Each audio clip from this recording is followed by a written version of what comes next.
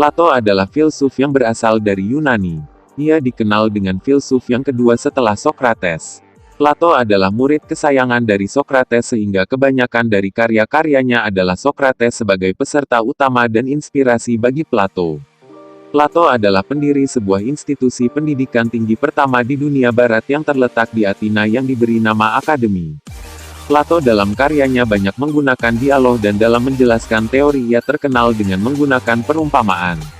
Salah satu perumpamaan yang paling terkenal adalah di mana ia menjelaskan teori tentang pengetahuannya melalui perumpamaan tentang orang di gua.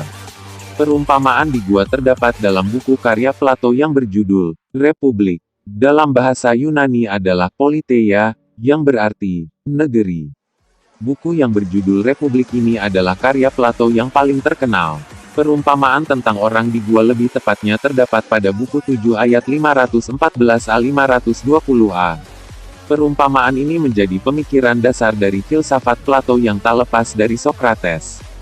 Dalam perumpamaan ini diceritakan terdapat sebuah gua. Di dalam gua itu terdapat beberapa tahanan yang diikat dan mereka menghadap ke belakang dinding gua. Dikatakan bahwa mereka telah ada dan berada dalam gua itu seumur hidup mereka. Mereka tidak bisa bergerak dan mereka tidak bisa melihat kemana-mana. Mereka hanya bisa melihat ke depan saja. Namun mereka dapat melihat bayangan-bayangan yang ada di belakang dinding gua. Mereka dapat melihatnya karena terdapat sebuah api yang berkobar di depan, di lubang masuk gua. Mereka dapat melihat bayangan orang yang berjalan berlalu lalang di luar gua dengan melihat bayangan yang dipantulkan oleh api ke dinding gua. Mereka juga dapat mendengar suara-suara yang menggema di dalam gua.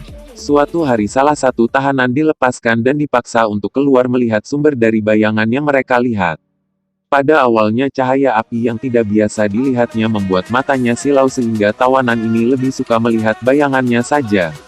Namun dengan berjalannya waktu tawanan ini mulai terbiasa dengan cahaya api.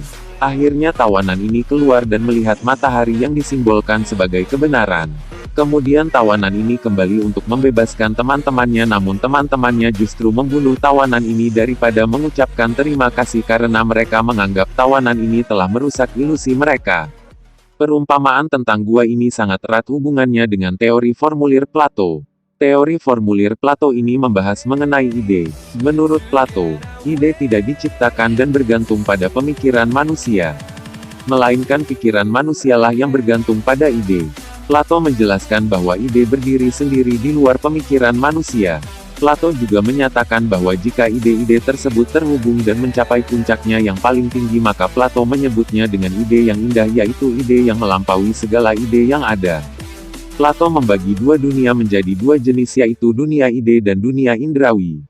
Dunia ide adalah dunia yang terbuka terhadap ratio kita, oleh karena itu Plato menyatakan dalam dunia ini tidak ada perubahan karena semua ide bersifat abadi dan dapat diubah. Sedangkan dunia indrawi adalah dunia di mana mencakup benda-benda secara fisik, jasmani, nyata dan konkret. Benda-benda yang dimaksud adalah benda-benda yang dapat kita rasakan dan kira ketahui dengan menggunakan kelima alat indera yang dimiliki manusia. Menurut Plato, dunia indrawi adalah layaknya sebuah refleksi atau bayangan-bayangan dari dunia ideal.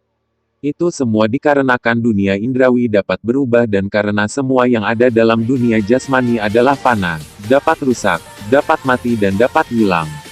Plato juga membagi dua hal yang sangat kontras dan hal ini masih berhubungan dengan teori di atas. Plato membagi dua hal yaitu bentuk dan materi. Menurut Plato ide termasuk dalam bentuk menurutnya materi hanyalah bayangan dari bentuk itu sendiri.